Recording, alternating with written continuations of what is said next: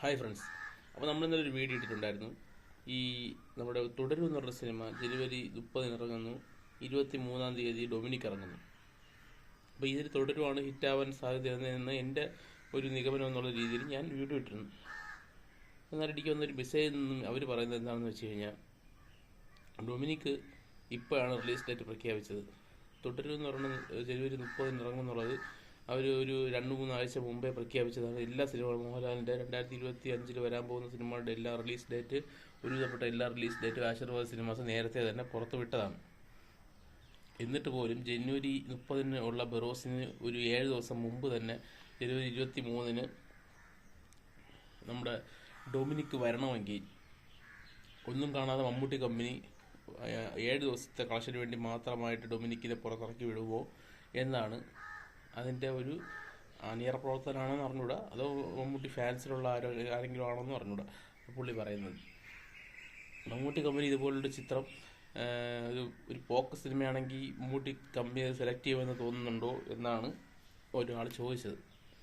അങ്ങനെ ആലോചിക്കുമ്പോൾ ശരിയാണ്. മമ്മൂട്ടി കമ്പനി എന്ന് പറഞ്ഞത് പ്രോമിസിങ് ആയിട്ടുള്ളൊരു കമ്പനിയാണ്. നേരത്തെ മമ്മൂട്ടിക്ക് വേറെ സിനിമ കമ്പനികളൊക്കെ ഉണ്ടായിരുന്നു, പക്ഷേ അതിൽ നിന്ന് വന്ന സിനിമകളൊന്നും വലിയ ഇതൊന്നുമില്ലൊരു നമ്മുടെ സ്ട്രീറ്റ് ലൈറ്റ് എന്നൊക്കെ പറഞ്ഞ സിനിമയൊക്കെ മമ്മൂട്ടിയാണ് പ്രൊഡ്യൂസ് ചെയ്തത്. അതൊക്കെ മുമ്പേ പരാജയമായിരുന്നു. അപ്പം പുള്ളി പറഞ്ഞ മമ്മൂട്ടി കമ്പനി എന്ന് പറഞ്ഞ ബാനർ വന്നതിന് ശേഷം ഇറങ്ങിയ പടങ്ങളെല്ലാം വൻ പ്രോമിസിങ് പടങ്ങളായിരുന്നു. പക്ഷെ അതിൽ തന്നെ ഇതുപോലുള്ളൊരു കോമഡി സിനിമ മമ്മൂട്ടി കമ്പനി എടുത്തിട്ടുമില്ല. അപ്പോൾ ഇതിനകത്ത് കോമഡി മാത്രമാവാനും സാധ്യതയില്ല. നല്ല ത്രില്ലിങ് എലമെൻറ്റ്സ് നൽകുന്ന സിനിമയായിരിക്കാം ഡൊമിനിക്. അപ്പം അതിൻ്റെ അണിയറ പ്രവർത്തനം പറഞ്ഞത് വെച്ച് നോക്കുമ്പോഴത്തേക്കും ശരിയാണ്. മമ്മൂട്ടി കമ്പനി എന്ന് പറഞ്ഞൊരു കമ്പനി മോഹൻലാലിൻ്റെ സിനിമ വേണമെങ്കിൽ ക്ലാഷ്, അത്രയ്ക്കും വലിയ കോൺഫിഡൻസ് ഉണ്ടായിരുന്നെങ്കിൽ ക്ലാഷ് വെച്ചുകൂടായിരുന്നു എന്നാണ് എൻ്റെ ഒരു ചോദ്യം.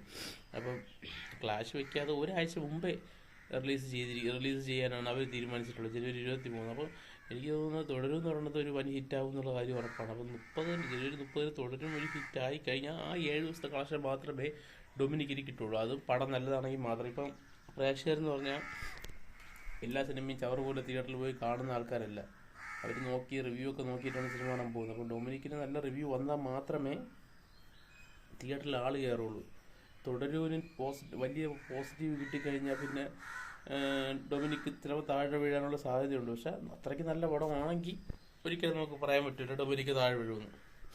ചിലപ്പം അതിനോട് കിടപിടിക്കുന്ന സിനിമയായിരിക്കും ഡൊമിനിക്ക്. അതുകൊണ്ട് തന്നെ ആയിരിക്കും മമ്മൂട്ടി കമ്പനി ഇത്ര കോൺഫിഡൻസോടുകൂടി തുടരൂരിന് ഒരാഴ്ച മുമ്പ് തന്നെ നമ്മുടെ സിനിമ റിലീസ് ചെയ്യുന്നു എന്ന് തീരുമാനിച്ചത്. അപ്പം അത്രയ്ക്കുള്ള കോൺഫിഡൻസ് അവർക്ക് ഇവിടെ നിന്ന് കിട്ടി. അപ്പോൾ ആ സിനിമയ്ക്ക് അത്രയും വാല്യൂ ഉണ്ട്. അപ്പോൾ ആ സിനിമ തന്നെ ആയിരിക്കും ചിലപ്പം ജനുവരിയിൽ ക്ലിക്കാകാൻ പോകുന്നത് എന്നാണ് പുള്ളി പറഞ്ഞത്. നമുക്ക് അത് സമ്മതിച്ചു കൊടുക്കാം. നമുക്ക് ജനുവരി 30 വരെ കാത്തിരുന്നാൽ മതിയല്ലോ. പിന്നെ അതിൻ്റെ ഡ്യൂറേഷനൊന്നും വന്നിട്ടില്ല, സെൻസറിങ് ഒന്നും കഴിഞ്ഞിട്ടില്ല ഈ 2 സിനിമകളുടെയും. അപ്പം എനിക്ക് തോന്നുന്നത് ഡൊമിനിക്ക് ഒരു 2 മണിക്കൂർ ഒരു 15 മിനിറ്റ് ഒക്കെ കാണുന്ന സിനിമയാണ്. തുടരും എന്ന് പറയുന്നത് ഒരു 2 മണിക്കൂർ 30 മിനിറ്റിനകത്ത് കാണുന്ന സിനിമയാണ്. അപ്പോൾ തുടരൂരായിരിക്കും കൂടുതൽ ഡ്യൂറേഷൻ വരാൻ സാധ്യതയുള്ളത്. ഡൊമിനിക്കിന് ഡ്യൂറേഷൻ വരാനുള്ള സാധ്യത കുറവാണ്. 2.25 മണിക്കൂറിനകത്ത് തീരുന്ന സിനിമയായിരിക്കാനും സാധ്യത.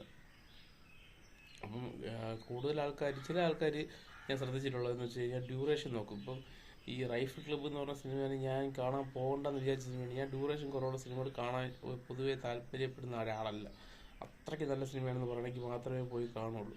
അത് അങ്ങനെ പോയി കണ്ടാണ് റൈഫിൾ ക്ലബ്ബ്. എനിക്ക് റൈഫിൾ ക്ലബ്ബ് ഇഷ്ടപ്പെട്ടിട്ടില്ലെന്ന് ഞാൻ പറയുകയാണ്. പക്ഷേ അതിനകത്ത് വന്നതൊക്കെ പോസിറ്റീവായിട്ടുള്ള കമൻറ്റാണ്. കാരണം അവർക്കൊക്കെ ഇഷ്ടപ്പെട്ടിട്ടുണ്ട് റൈഫിൾ ക്ലബ്ബ്.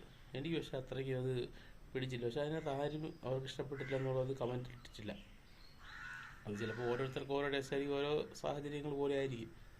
അപ്പം ശരി. അപ്പോൾ നമ്മൾ പറഞ്ഞു വന്നത് ഡൊമിനിക്കിന് അത്ര കോൺഫിഡൻസ് ഉള്ളത് കൊണ്ടാണ് തുടരുവിന് ഒരാഴ്ച മുമ്പേ ഇറക്കിയതെന്നാണ് നമുക്ക് നിഗമനം നടത്താനുള്ളത്. അല്ലെങ്കിൽ അവർക്ക് ഇതിൻ്റെ റിപ്പോർട്ട് നോക്കിയിട്ട് തുടരുവിൻ്റെ റിപ്പോർട്ട് നോക്കിയിട്ട് ഫെബ്രുവരിയിലോട്ട് റിലീസ് ചെയ്താൽ മതി. പക്ഷേ ഫെബ്രുവരിയിൽ നമുക്ക് ഫെബ്രുവരിയിൽ ബെറോസ് ഉണ്ട്, നമ്മുടെ ബസൂക്ക ഉണ്ട്. അതുകൊണ്ട് ഇത് ഇറക്കിയേ പറ്റുള്ളൂ എന്നുള്ള സാഹചര്യത്തിൽ ഇറക്കിയതാണോ എന്ന് നമുക്ക് സംശയിക്കേണ്ടിയിരിക്കുന്നത്. ഇതിൽ നമുക്ക് നോക്കാം.